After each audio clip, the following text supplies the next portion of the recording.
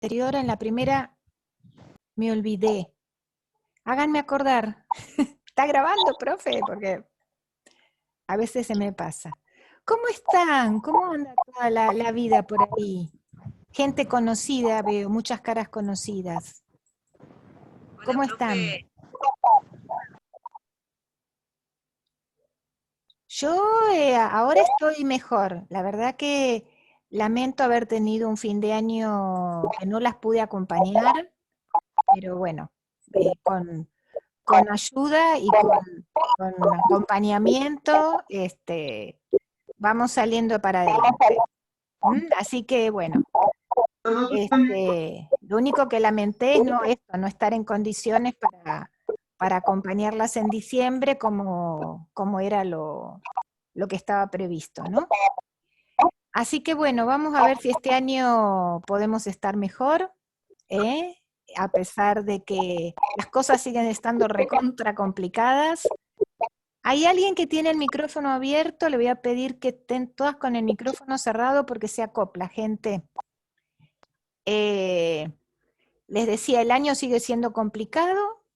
Yo creo que cuando empezamos el año pasado era todo tan provisorio, parecía que íbamos a estar unos meses y ya nos íbamos a encontrar en el instituto.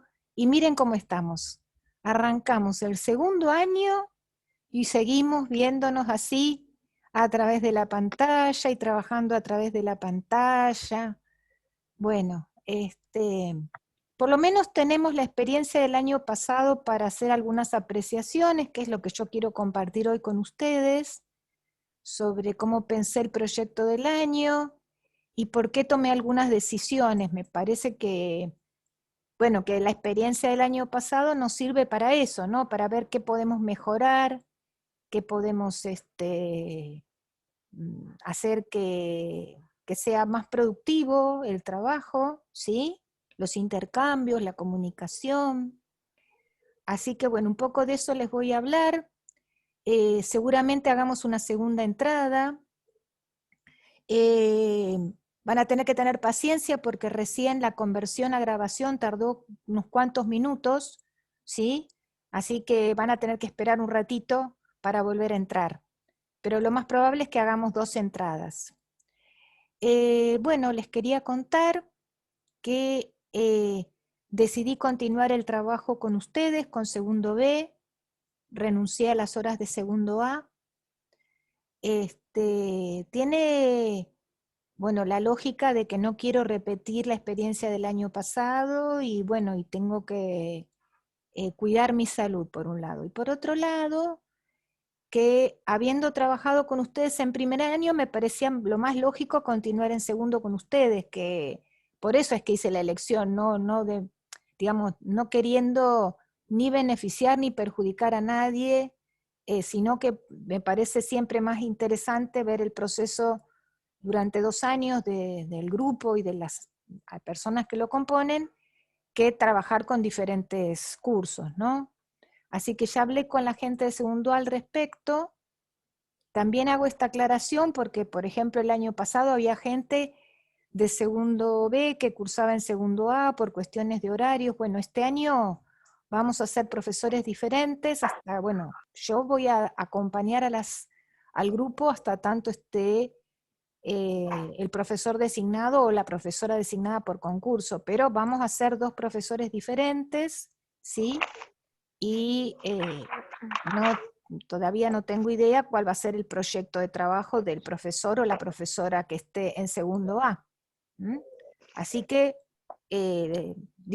anticipo que si hay alguna cuestión relacionada con el horario, o sea, pueden cambiar de curso, pero no van a trabajar en ese caso conmigo, salvo las primeras clases que estoy acompañando hasta tanto tengan profesor, porque además tenemos un trimestre recontra cortito, como se dieron las cosas, y bueno, vamos a tratar de optimizar el trabajo en estas clases. Bueno, habrán visto que en principio les mandé un artículo periodístico del diario Tiempo Argentino. Brenda, ¿podés mutarte así, salvo que quieras decir algo? les mandé un artículo periodístico porque cuando lo vi este año, yo soy lectora de ese diario en su formato papel los días domingos.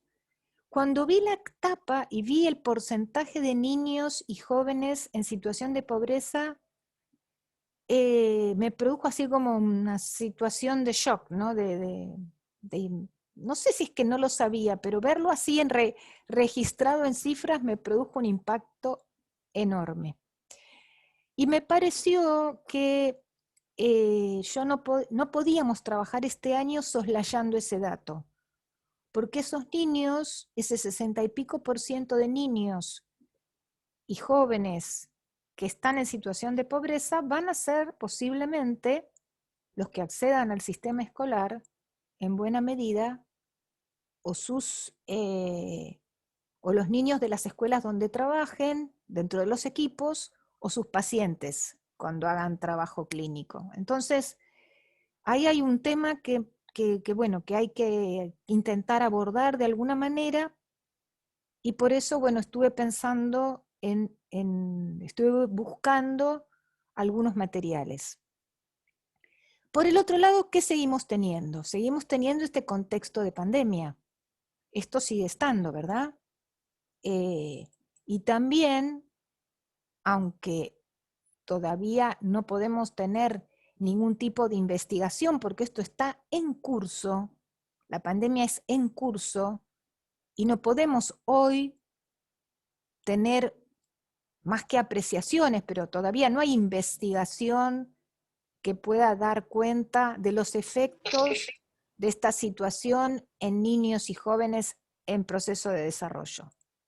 ¿Entienden lo que digo? O sea, estamos atravesándola. Las investigaciones serán a posteriori. Quizás algunas de ustedes el día de mañana tengan ganas de asumir ese desafío e investigar qué está pasando con los sujetos que se están constituyendo y que se están desarrollando dentro de este marco tan particular que es el marco de la pandemia, ¿no? Tanto desde el punto de vista de la utilización de instrumentos de pantallas para la comunicación, como la no asistencia a clases, o sea, la imposibilidad de acceder al espacio tercero que es la escuela. O sea, todo esto, ¿sí? Va a ser producto de investigación, calculo, porque también va a impactar en estos procesos de desarrollo. Ahora, ubicar bibliografía seria al respecto es complicado a esta altura del partido. Lo que sí conseguí fue un material, que ahora les voy a comentar, que trabaja sobre experiencias clínicas del año pasado, ¿sí? Pero entonces es un material que podríamos decir describe experiencias, ¿no? Para ayudarnos a pensar, pero no es un material cerrado, abre a la pregunta sobre, repito, qué va a pasar a futuro o cómo se irán desarrollando estos sujetos atravesados por esta cuestión pandémica, ¿no? Entonces, por un lado, la pobreza agravada, por otro lado, la cuestión pandémica. La verdad es que estamos asistiendo a un panorama respecto de la población con la que van a trabajar que es bastante complejo, bastante complejo. Entonces, si bien vamos a seguir trabajando la mayoría de los materiales con los que he venido trabajando los últimos años, lo que voy a hacer es agregar algún capítulo de 3 textos relacionados con lo que les acabo de mencionar. Sí, ¿quién quería preguntar? Gabriela. ¿Qué querías preguntar, Gabriela? Perdón, activó micrófono. No, nada, recién puedo ingresar. Listo. Bueno, Perdón. no es nada. Bueno, con respecto al tema de la cuestión de la pobreza, buscando material, recordé un texto que no casualmente es del año 2000, su edición es del año 2000, o sea, piensen año 2000, 2001, estallido social, época de fuerte aumento de que ya venía, ¿no? Desde los 90, un fuerte incremento de la desocupación, muchas familias con problemáticas socioeconómicas muy serias. Bueno, digo, no es casual que aparezca, que este libro sea de esa época. Quizás lo conozcan, se llama El desnutrido escolar, es de Inés Cristina Rosbaco. ¿Lo conocen? No. Bueno, vamos a trabajar parte de esta problemática acerca de las cuestiones. El subtítulo es Dificultades de aprendizaje en los niños de contextos de pobreza urbana. Entonces, vamos a trabajar algunos capítulos de este libro relacionándolos con el material de Disculpe, desarrollo. profe, ¿puede repetir que no llegué a anotar? Disculpe. Sí, igual yo después todo lo que les digo como información lo voy a subir al Classroom, no se preocupen por apurarse. Y además saben que Bueno. estoy grabando la clase, ¿no? El libro es El desnutrido escolar, de Inés Cristina Rosbaco. Vamos a trabajar algunos capítulos que se relacionan con otra autora que trabajamos, que es Silvia Slemenson. Justamente es consultora de este que es un trabajo de investigación, ¿sí? Y que arroja algunos resultados sobre el impacto de la pobreza en los niños durante el tránsito escolar. Por eso se llama el desnutrido escolar, ¿sí? Vamos a ubicarlo allí. Y el año pasado, no sé si lo llegaron a escuchar, vieron que el año pasado compartimos, algunos por ahí los escucharon, otros no sé, conversatorios, presentaciones de libros, había muchos justamente en esta situación que nos atravesaba y nos atraviesa, que es la virtualidad. Entre ellos hubo muchas presentaciones de la editorial Noveduc, y de una de las primeras que yo escuché fue la presentación del libro Escuchar las infancias, que las presentaba Miguel Troyo, pero en el panel estuvieron varias personas que trabajan con infancias, como Beatriz Janine, Juan Bassen, Alicia Stolkiner. Hubo muchos especialistas que abordaron. Carmen Fusca, que acaba de fallecer de COVID, una psicopedagoga muy importante también. Bueno, digamos, gente que elaboró, en realidad este libro, Escuchar las infancias, leo el subtítulo: Alojar singularidades y restituir derechos en tiempos de arrasamientos subjetivos. En este libro, que lo presentaron en pandemia, pero que lo habían hecho antes, lo que hicieron fue analizar el impacto de la última gestión política, que había hecho como un corrimiento de la responsabilidad del Estado respecto de las infancias. Entonces analizan ese impacto en este texto. Y yo voy a tomar de acá un capítulo, todo el libro es interesante, pero voy a tomar un capítulo también para relacionar con los autores que vemos de común, de ordinario, que es el capítulo de Gisela Untoilichi. Estos capítulos que yo les voy mencionando, los voy a escanear y se los voy a ir subiendo en la medida que lo vayamos a necesitar leer, ¿sí? Porque no son, repito, libros completos, y en este caso es un libro del 2020. No son libros que creo que se vayan a encontrar en formato PDF, porque las editoriales son buenas, pero no tanto, digamos. Hacen también su negocio. Así que no creo que lo encontremos. Y en este caso es el capítulo de Gisela Untoilichi, que se llama, ya les voy a decir, ¿Cómo escuchamos a los niños y niñas que no hablan? La ética y la clínica como política. Me pareció brillante. Creo que lo vamos a compartir y después vamos a analizarlo porque también es muy ajustado a esto que intento que podamos analizar sobre la situación actual de las infancias y las adolescencias en este momento, en esta coyuntura.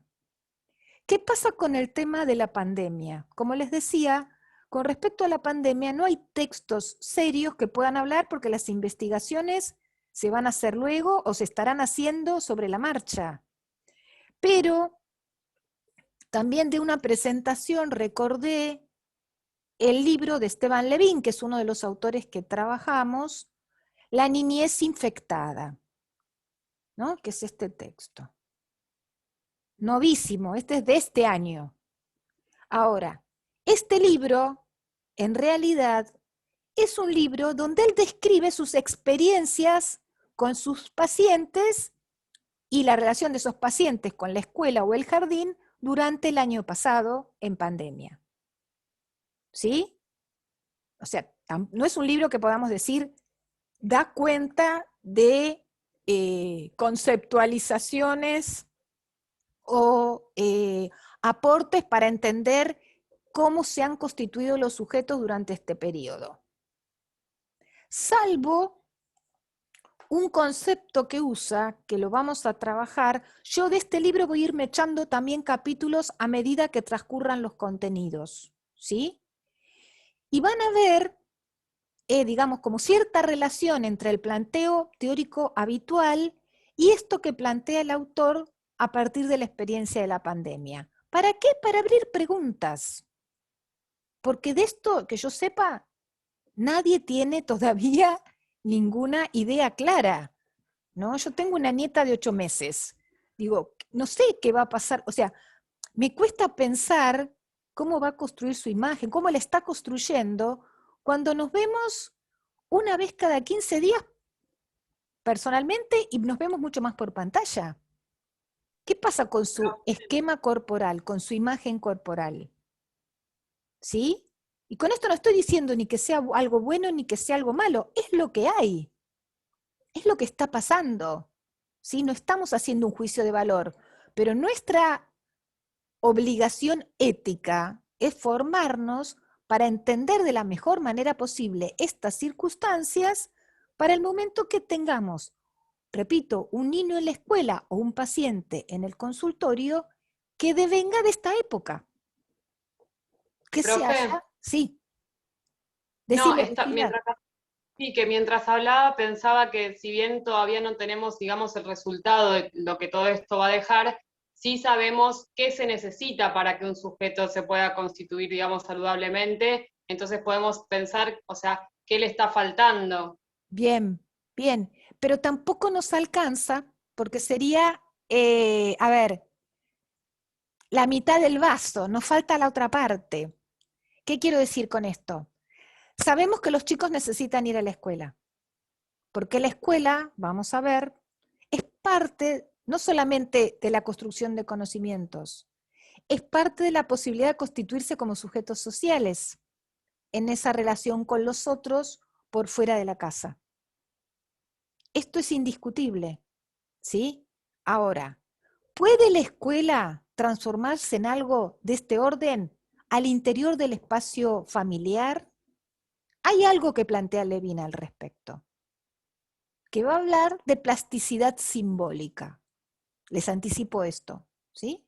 Entonces, por ahí, está bien, vamos haciendo camino al andar, como dice el poeta, ¿no? Vamos trabajando así, y sin conclusiones cerradas. Pero está bueno empezar a abrir algunas, qué sé yo, algunas fisuritas, ¿no? Entonces uno dirá, después, por acá voy a poder ir pensando cómo seguir ahondando en esta complejidad que nos está tocando, ¿sí? Pero no podíamos pasar desarrollo viendo a los autores de manera tradicional sin hacer referencia a estas cuestiones. ¿Se entiende? Porque si no, estamos como pensando en un sujeto ideal, ¿no? Que en realidad tampoco se piensa nunca en un sujeto ideal. Yo me resisto a las edades cronológicas, a un montón de aspectos. Pero la realidad es que estamos en una situación, en una coyuntura absolutamente excepcional. Lo de la pobreza no tanto, lamentablemente, como verán, venimos, esto cada tanto se replica, el libro que mencioné es del año 2000. Pero la situación de pandemia es una situación inédita. ¿sí? Entonces, tenemos mucho, mucho, mucho que pensar. Y yo apelo a esta palabra, pensar. Profe, y también teniendo en cuenta, perdone que le interrumpí, Hola, teniendo en cuenta Evelyn. ¿cómo estás, profe? Que son procesos que todo el proceso como que lleva, viste que dicen que lo que pasa hoy se ve el resultado dentro de 10 años, entonces pensar en algo así es decir, bueno, entonces el resultado de realmente lo que está pasando no lo vamos a poder evaluar en estos años, sino que hay que esperar toda una transición para ver qué es lo que queda y qué es lo que se puede resolver, digamos. Sí, tal cual, tal cual. Pero dentro de los tiempos posibles, ¿sí? Son los tiempos algunos son los tiempos como concretos y otros son los posibles. Dentro de los tiempos posibles, pensar es una alternativa, ¿sí? También pasa con la cuestión de género. La cuestión de género, ahora volviendo a revisar la ESI, es sumamente novedosa. Uy, nos estamos quedando con 10 minutos, recuerden que volvemos a entrar, ¿sí? La cuestión de género es sumamente novedosa. ¿En qué sentido lo digo? Ha habido muchos avances desde el punto de vista legal.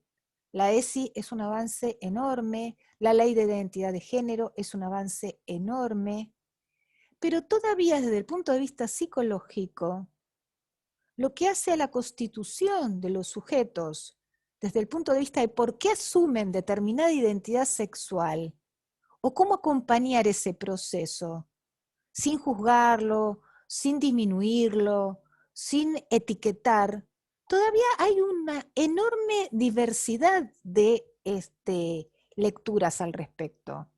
Yo hace 2 años que estoy buscando material apropiado para trabajar con ustedes, más allá, repito, de la ESI, y desde el punto de vista psicológico, lo único que encuentro son discusiones, ¿no? Posturas diversas sobre el rol del placer, el rol del goce, posturas que inclusive sacan a relucir posicionamientos psicoanalíticos diversos, si son los lacanianos, si son no sé qué. O sea, es un tema que también es complejo. Yo puse como bibliografía optativa, si estuvieron leyendo el programa, Yo Nena, Yo Princesa, el libro de Gabriela Mansilla, que ahora están empezando a filmarla en la Universidad de La Matanza, se va a hacer la película, con la gente de la Universidad de La Matanza, pero es un libro Profe, pero igual testimonial, es un libro ese libro fue testimonial. pionero con lo que tiene que ver con la sexualidad. Fue una de las primeras que pusieron sobre la mesa ese tema, en una criatura como es. Sí, en realidad lo que fue pionera fue la periodista, que ahora no me sale el nombre, de Página 12, que le hizo el reportaje a la mamá y que consiguieron a través de su intervención el cambio de nombre en el DNI. Fue la primera niña que consiguió un DNI acorde a su percepción de género a los 3 años. Luego la mamá escribió el libro, que insisto, tiene un valor importante porque es el registro de la experiencia de esa mamá, pero no nos dice a nosotros profesionales, y no por tomar una distancia de la mamá cuenta su experiencia y deja muy mal parados, la verdad, los profesionales que intervinieron al principio. Si leen el libro van a ver, por no asumir su no saber,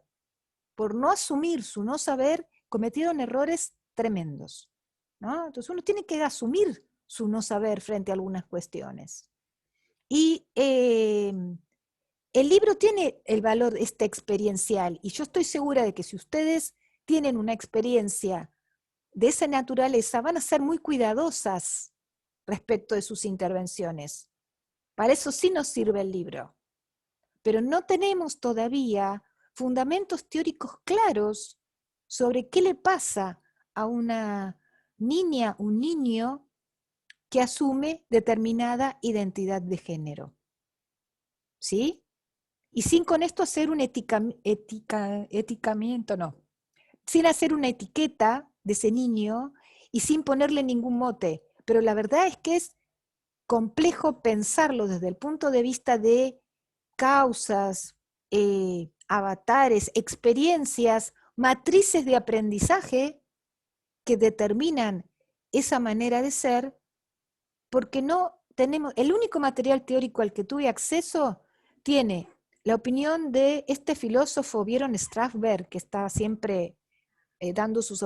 Darío Z, vamos a decir, porque tiene un apellido irreproducible, o de un médico del hospital Gutiérrez que hace operaciones de cambio de sexo, o de una mujer trans.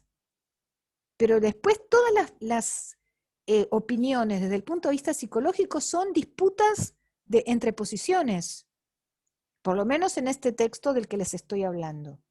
Así que en eso sigo buscando, y creo que hasta ahora el único material más o menos, más o menos no, el único material valioso y sustentado es la ESI, el material de la ESI. Pero a nosotros, desde el campo, del punto de vista psicológico y desde el punto de vista psicopedagógico, no nos es suficiente. Tenemos que seguir tratando de entender de qué se trata. Para las que tienen en su televisión el canal o la señal Europa, van a volver a dar una serie británica de pocos capítulos llamada Butterfly, Mariposa, que es sobre una historia real de una niña trans. Muy interesante, si tienen las ganas o la posibilidad, si tienen esa señal. Lo que no recuerdo es qué día la van a empezar a dar, pero en la línea de la experiencia de Luana en Yo Nena, Yo Princesa. No, en este caso se trata ya de una niña trans atravesando la pubertad, un momento muy crítico para las personas trans. Bueno, todo esto porque vamos a utilizar el material habitual, que está la opción de que los suba, los módulos, porque creo que los tengo en algún sitio. Recién me fijé en Drive, pero en Drive no lo tenía. Y también está la opción, hablé con el muchacho, con Nicolás, el muchacho de la fotocopiadora, y me dijo que él, si alguna de ustedes quiere el material en papel, bueno, él les acerca el módulo a sus respectivas casas. Siempre que sean más o menos de la zona, ¿no? No sé si se irá muy lejos, pero bueno, esa es otra opción posible, ¿sí? Cuando ustedes vean que hay, yo presenté por ahí le puse un término equivocado, el programa acotado en el Classroom. Acotado no quiere decir reducido, quiere decir que está puesto allí exclusivamente lo que les compete a ustedes como alumnas. Un montón de datos que son más institucionales quedan en el proyecto que se le presenta a la institución. Por eso está acotado, está abreviado, ¿sí? En ese sentido. Pero allí ustedes tienen los contenidos, la bibliografía obligatoria, todo señalado para saber cómo nos vamos a ir manejando. Y como les decía, el módulo, hay dos módulos, arrancaríamos con el primero, con los primeros autores, y esta es una forma de acceso.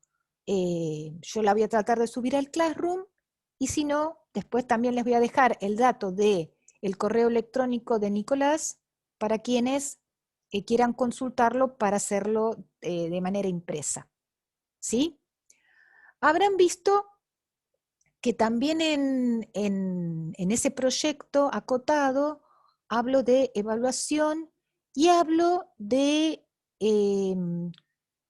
una exigencia de un 50% de clases sincrónicas.